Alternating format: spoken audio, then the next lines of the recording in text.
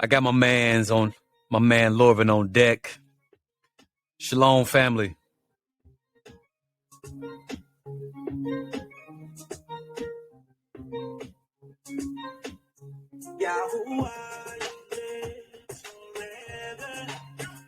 Sing his praise.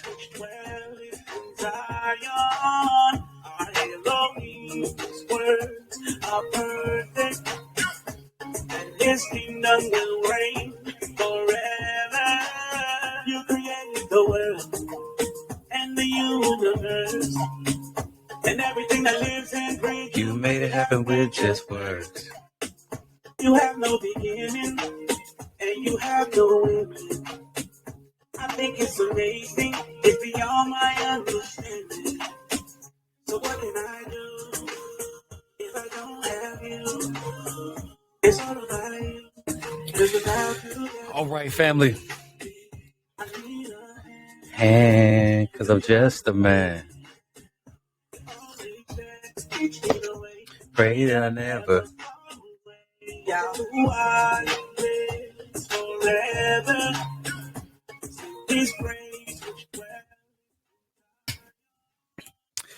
All right. Shalom, family. How's everybody doing today?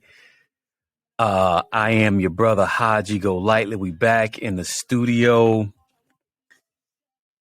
I'm thankful to the Most High for another day. Thank you. You're far too kind. Thank you. Stop it, guys. Please. It's humbling. Thank you. I'm back again. As I told you, we will be sharing a little more frequently. Let me just check my levels. 1 second. Let me check on, because we're going live on Facebook right now. Because I want to have a conversation, family. I want to talk about some things.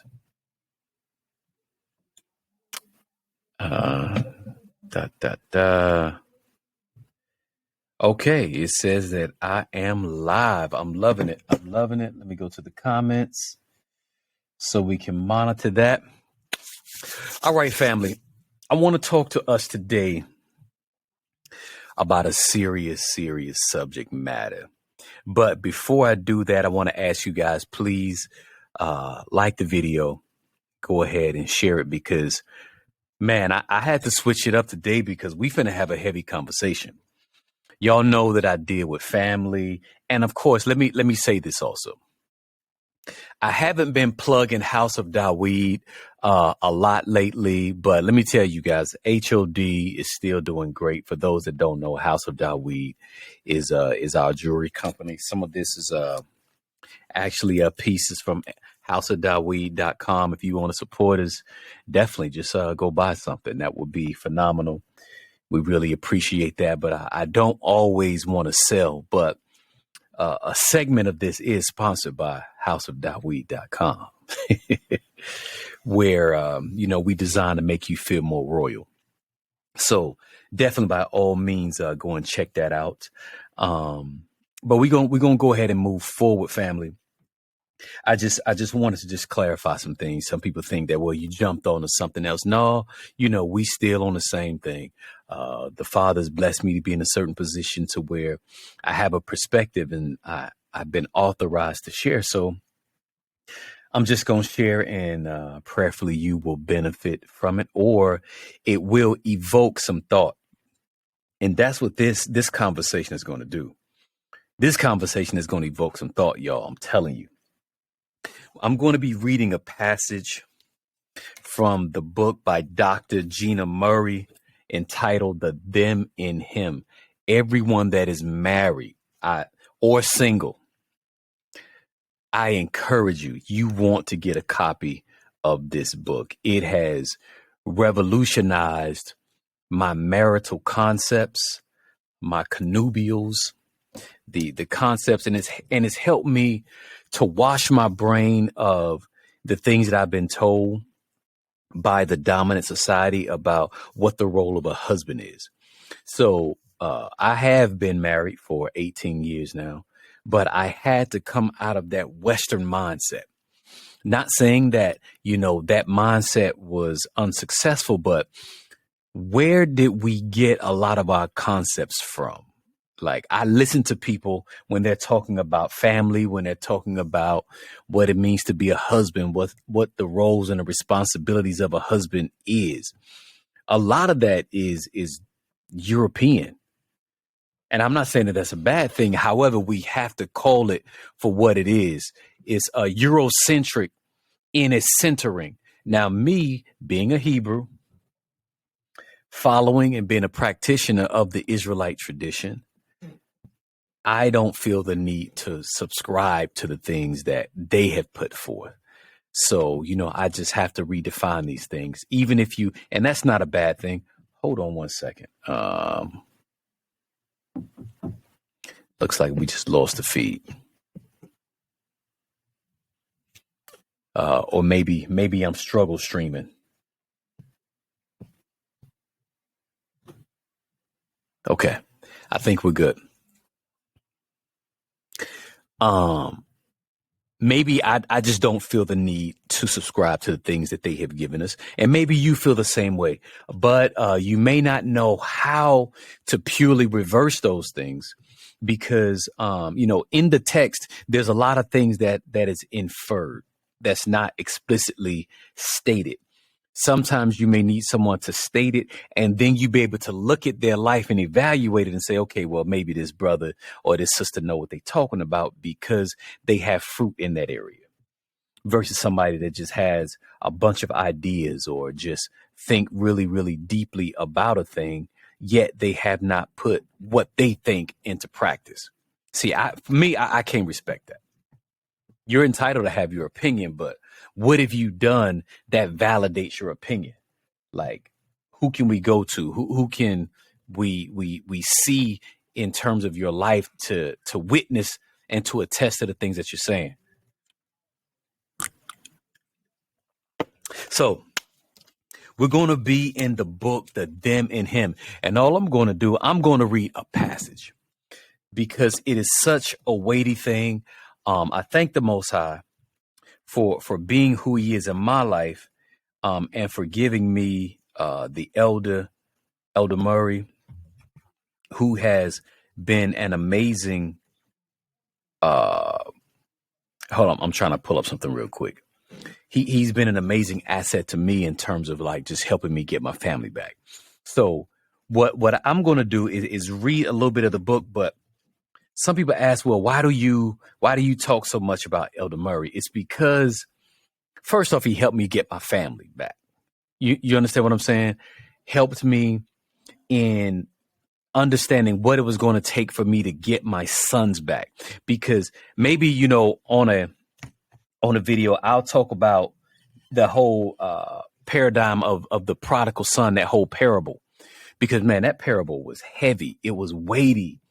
And it deserves a lot of study for men who have sons, for women who have wayward children.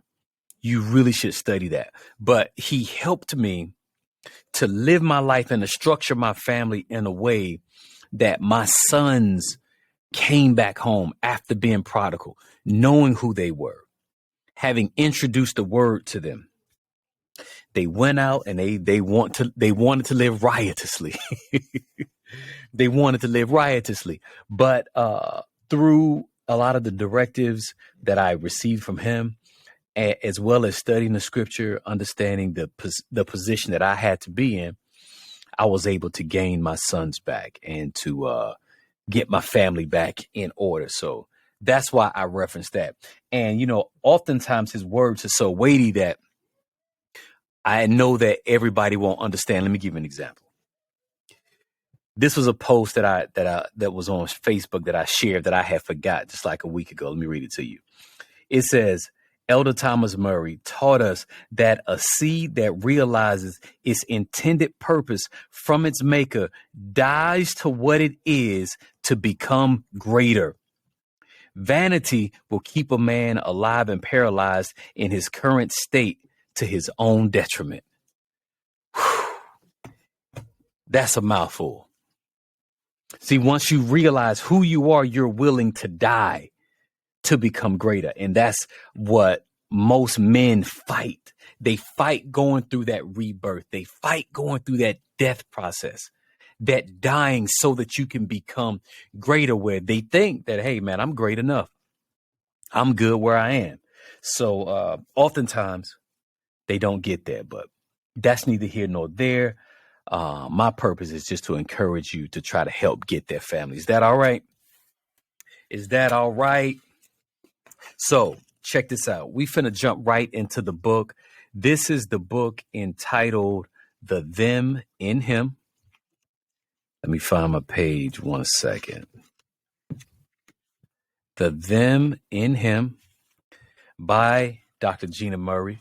Maybe one day in the future, I'll be able to get her to come on. We'll set up a link and she can come in and just share some things that I know would be incredible. And then ultimately, we'll get the beloved elder, Dr. Murray, on as well. So, so I'm going to read from this is chapter. I'm going to jump right into the mixed family. This is chapter 1. The book is chock full of great wisdom that you can apply. This is chapter 1, verse 76. I want you guys to check this out. Let me see how we're doing on the stream.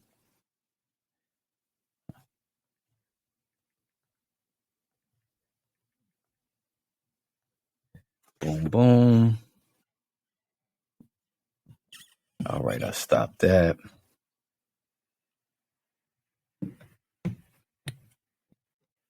Okay. All right, here we go. I want you guys to listen to this. Primarily I speak to men, so I'm going to start with the men first.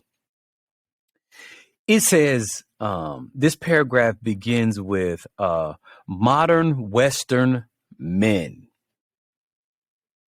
Start practicing this. Every woman you see or encounter, you should assume belongs to her father or her husband. This will greatly affect how carefully you deal with and treat women. Hint, remember, even if she has no earthly father, she has a heavenly father who reserves the right to avenge her. Just that paragraph. Let me read that again because that was a weighty thing. Modern Western men, those that grew up in the United States, this side, listen to this. Listen to this encouragement. Start practicing this. Every woman you see or encounter, you should assume belongs to her father or her husband.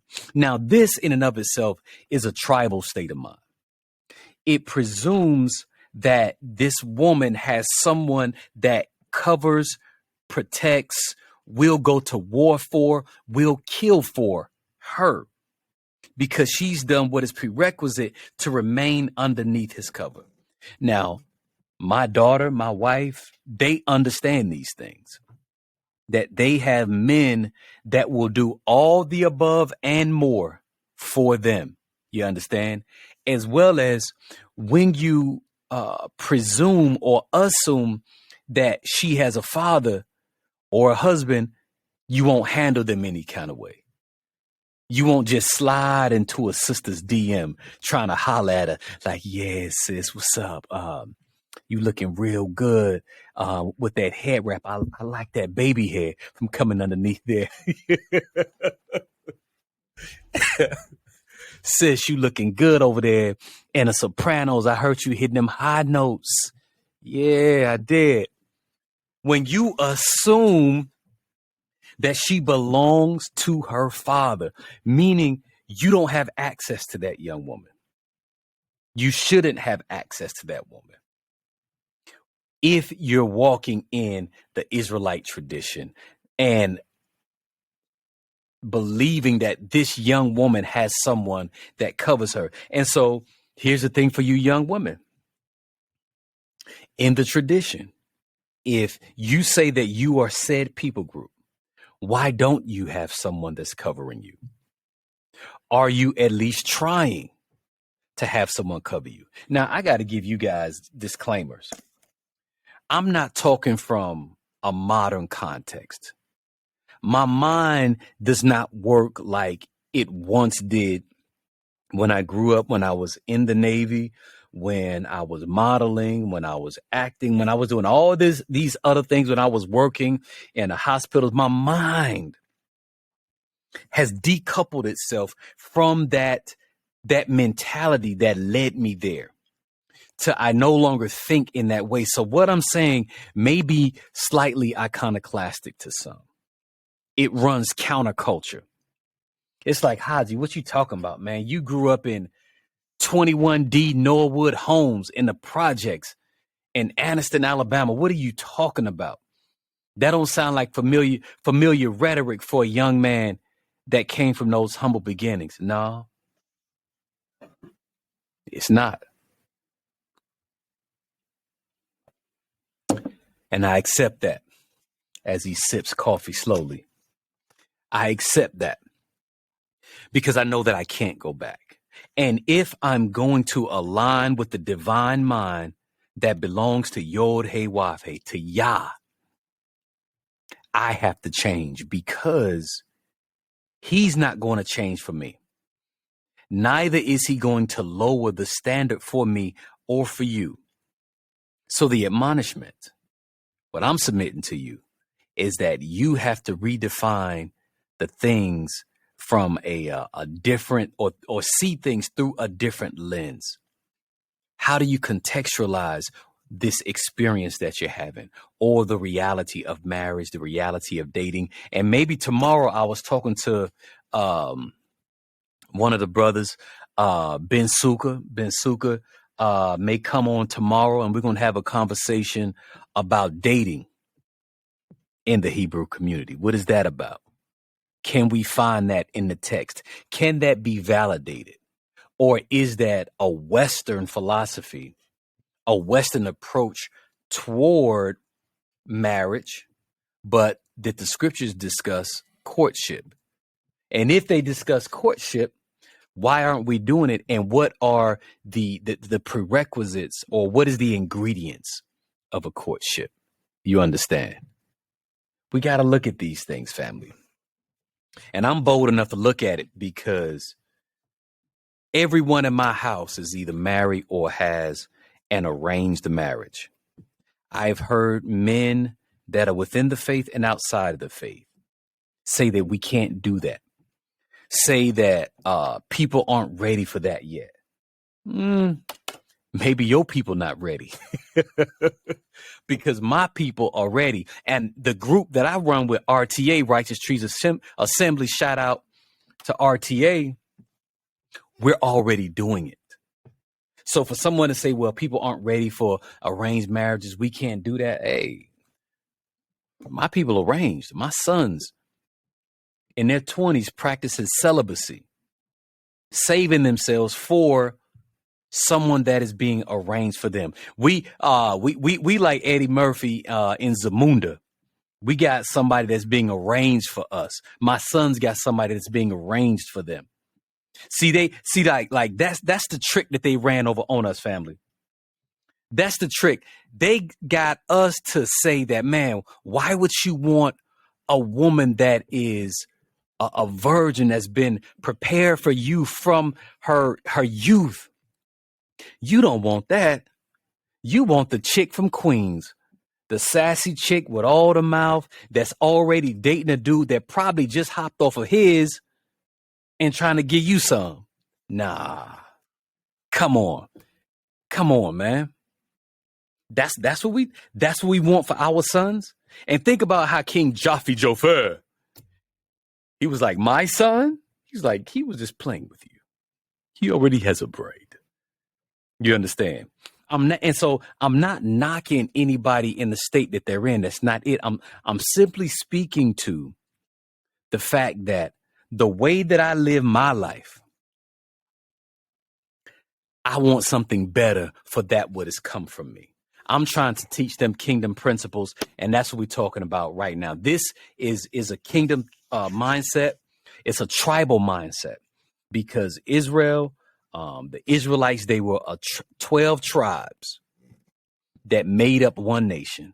But you can't get to a nation without the tribes. You cannot jump from individuals to being a tribe. It doesn't work like that. It's families that have to come together. Then these families link arms and say, we're going to do A, B, C, D. But a lot of men, they just want to. Anyway, I digress. I'm not finna go there. So, back to the book. It says that you should assume that this young woman belongs to her father or her husband. This will greatly affect how carefully you deal with and treat women. Where's the lie? There's no lie there.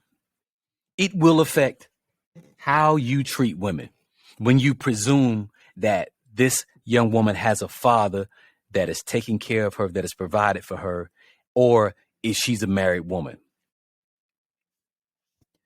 Now, here's the hint. It said, remember, even if she has no earthly father, she has a heavenly father who reserves the right to avenge her. So you might ask yourself, well, I definitely don't want the Most High to have to take vengeance upon me. You're a wise man. Because maybe you took advantage of that, sister. Maybe you were slick and you seduced her, and I'm guilty. I've done it in the past. But when I was a child, I thought like a child. I understood like a child. When I became a man, I had to put away childish things. That's what we got to do, family. We got to put away childish things, because if we don't, we'll remain in that childlike mind state, which is what they say that black men are in anyway, a place of permanent immaturity where we hang with a bunch of boys. We sleep in the crib.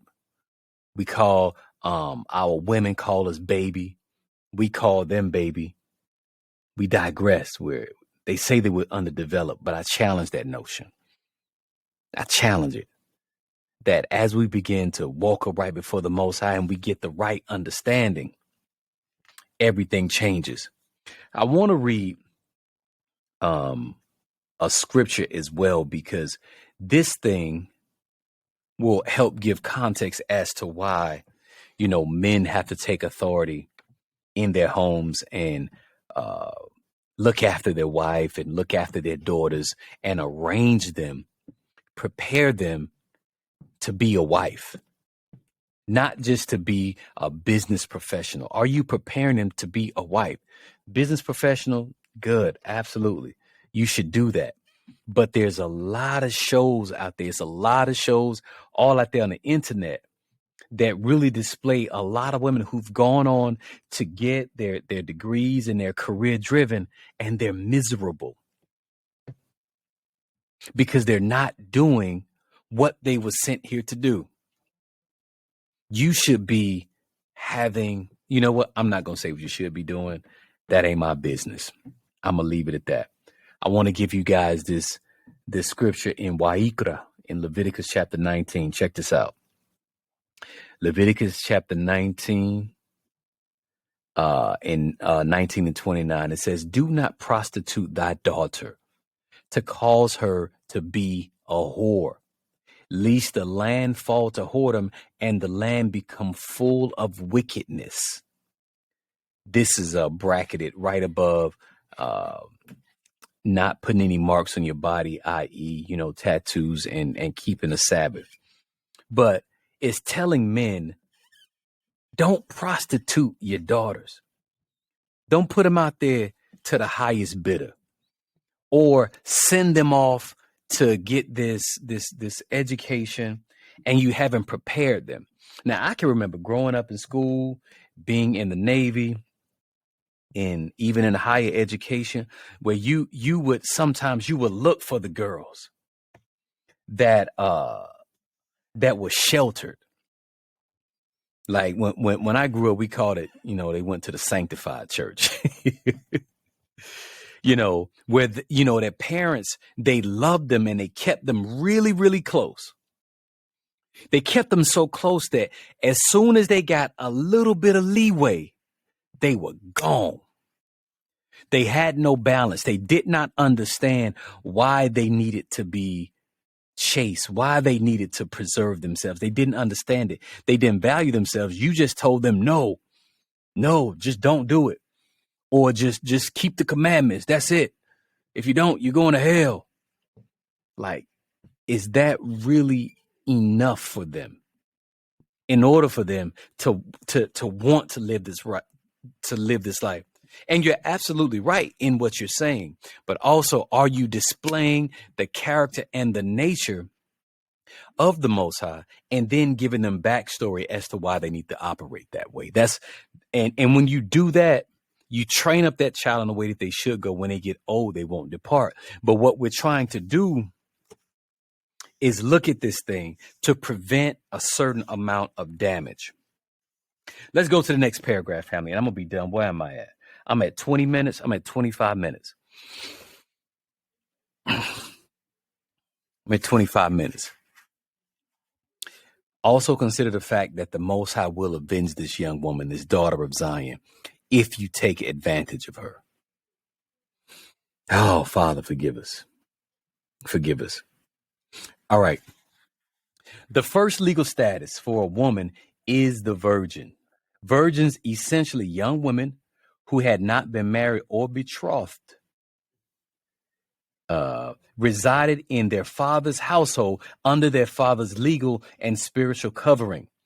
This was for her protection against males from outside who, given the fallen state of man and the operation of the satanic thought system, might mean her harm in any number of ways, but mainly who might attempt to defraud her of an opportunity to fulfill her purpose, to have a husband, complete the assimilation process, and bring forth seed. What does that mean? What is she saying? That as a man, you have to protect your daughter because she's special, because she's a treasure. You have to protect her from wolves. The wolves are coming. They want to corrupt. They want to destroy.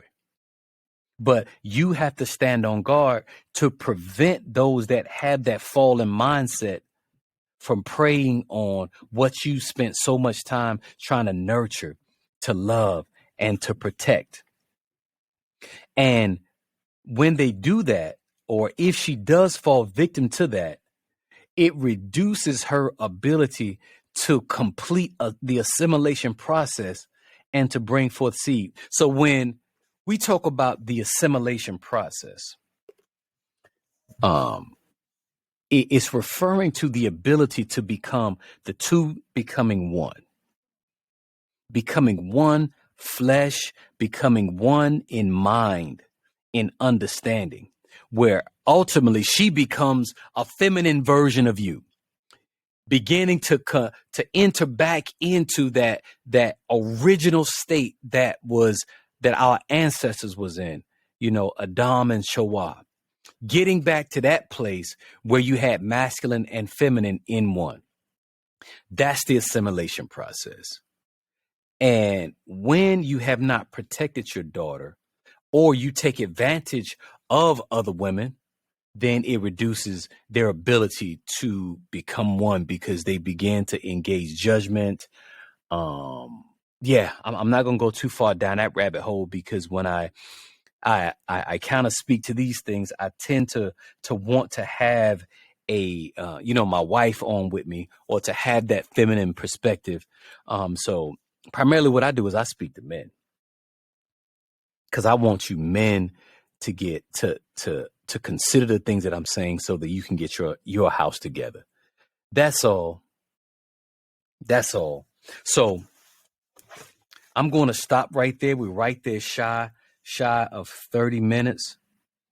You know what? No, I'm going to keep going. Let me read this next paragraph, because it's highlighted, and I think that it drops some weighty things. It says, I'll read that the last clause of the last paragraph that I read. It says it'll interrupt the assimilation process of her bringing forth seed. Remember from Eden, the introduction and exposure to other ideas via interaction with an unauthorized male. It interferes with the intended assimilation process, which is to happen from her future husband. Remember how, in the garden with Eve, how she listened to another voice got in her ear, influenced her to go against the things that her husband has told her. So I would often have these conversations with my son, with my wife. I'm like, listen, that you have to determine whose voice is going to be the weightiest in your life. That person has to determine that. You can't make yourself more valuable to somebody than they want you to be. It's an effort and futility. You can't. They have to decide to value what you're saying and make your words heavier. Your words should be so heavy where they displace the words of anybody else and that previous programming, that previous mindset. Your words that are coming from a higher place, a higher dimension, greater quality of thought based on what you've gained from the elders and from the text. It should be weightier, able to displace something that's lighter. They have to make your words heavy in that fashion. You can't make it be. If you try to make it be, it won't be. Versus allow people to go through their own learning processes and see, unfortunately, some people have to go through trial and error to see that what you're saying is valid. Prayerfully, they won't sustain too much damage before they come back. They won't put their face in the slop, be ready to eat the slop like the prodigal son before they realize, man, my father was right. Y'all know what I'm saying? All right.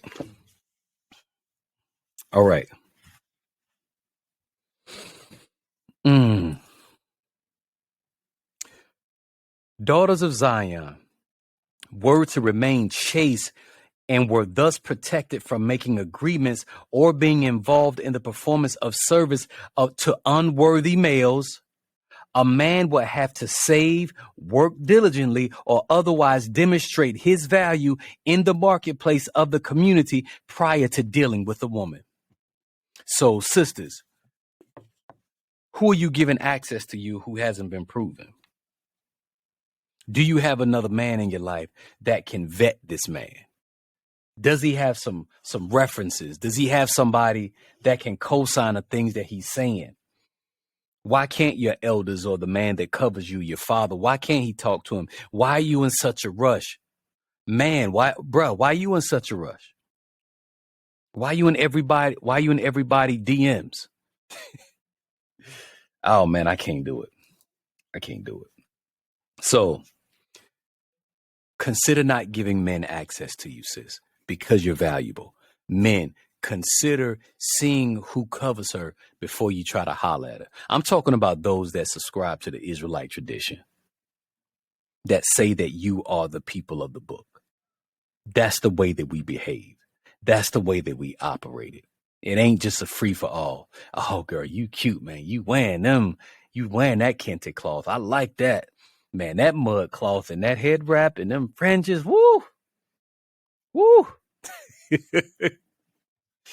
Yeah, man. All right. So that's about it, family. Let me see if anybody had any questions. Anybody had anything that they wanted to share. I appreciate you guys rocking with me. I'm just reading the comments. Shout out to everybody that joined me. Brother Demerick, Aaron Williamson, Shalom, Aki. How you feeling up there? Thank y'all for joining. Anybody have any questions? Anything they wanted to share before we tap out? I just wanted to bring some things to bear. And I recommend this book highly because it's helped to change my life. It's helped me to think differently, as I said. Put it over the camera. Them and him. The them and him.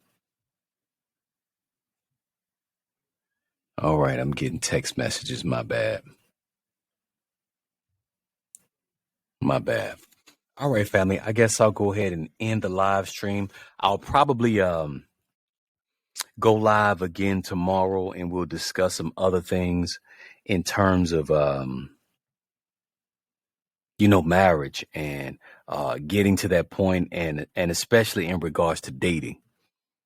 It's a heavy thing because we're trying to nation build. We're trying to get to that point, but it starts with family first. So if that is all, I'm going to go ahead and sign off. May the Most High bless you and strengthen you. And chime into the comments, family. Please feel free to like and share the video. We got to have this conversation. I'll be bringing on other people in the community and even outside the community. Like I said, because I'm not afraid to have discourse with someone that has a different worldview. People share what they believe to be true and may be beneficial for their family or for the nation or for the subculture, for Black folks. They share. I'm not mad at a man for sharing. We may not draw the same conclusions by any means, but you guys have never seen me be angry or disagreeable with people, even if they have a different worldview and paradigm with me. You got to understand that diplomacy is masculine.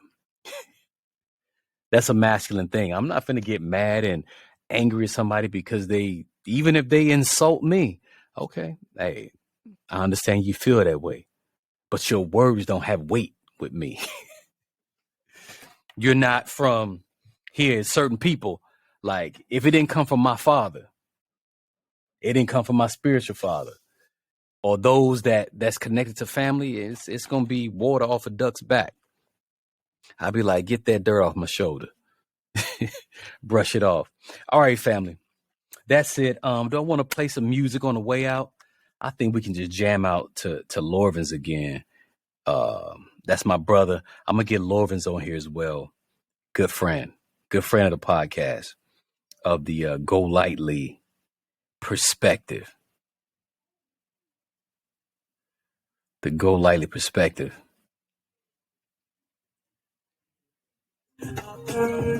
Let's start it from the top.